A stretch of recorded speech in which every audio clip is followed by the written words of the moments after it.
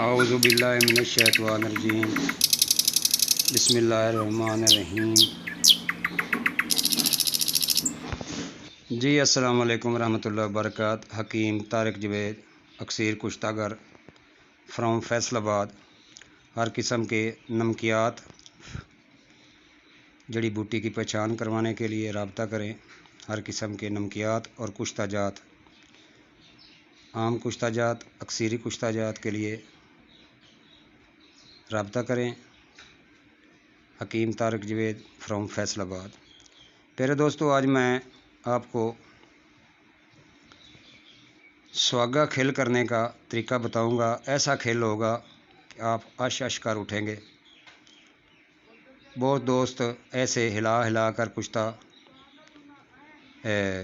सुहागा को खेल करते हैं, मगर मेरा तरीका कोई अनमोल है और मुनफरद है। काफ़ी दोस्त करते होंगे, मगर मैं उन दोस्तों के लिए जिनको नहीं पता, उन दोस्तों के लिए ये वीडियो डाल रहा हूँ। और बच्चों की खांसी का भी नुस्खा इंशाल्लाह मैं बताऊंगा। सुहागा से मोटापे की किसी दवाई में डालें तो मोटापा कम होता है, दमा की किसी दवाई में डालें दमा कम होगा, और बच्चों की सर्दी से जो खांसी होती है, छाती जम जाती है, तो उसके लिए मैं आपको नुस्खा पेश करूंगा। पहले ये बताऊं कि सुहागा खेल कैसे किया जाता है। तवा ले लें, कोई भी चीज़ ले लें, फ्राई पैन ले लें, कोई बर्तन स्टील का ले लें। उसके अंदर सुहागा डालकर पहले थोड़ा सा हिलाएं चमचे के साथ। जब पानी छोड़ने लगे तो थोड़ा थोड़ा इसको हिलाते रहें। जब कौरन की तरह फुल्ले होना शुरू हो जाए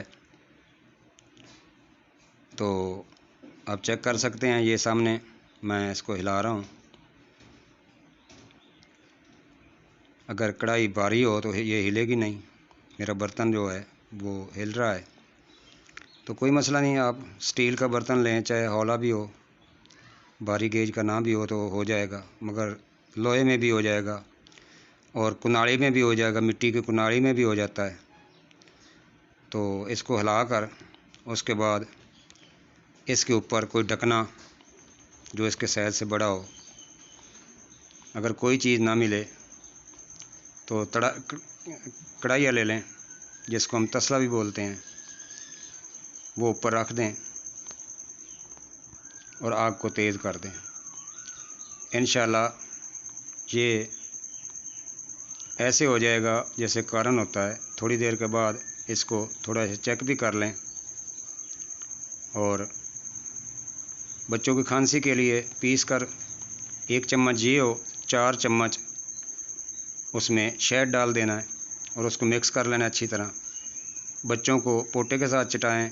10-11 साल बच्चों को छोटी चम्मच दें और बड़ों को भी बड़ी चम्मच दें। इंशाल्लाह सर्दी की वजह से जो खांसी होगी, छाती जमी होगी, इंशाल्लाह छाती खुल जाएगी और बच्चा सारी रात सुकून से सो के उठेगा सुबह इंशाल्लाह।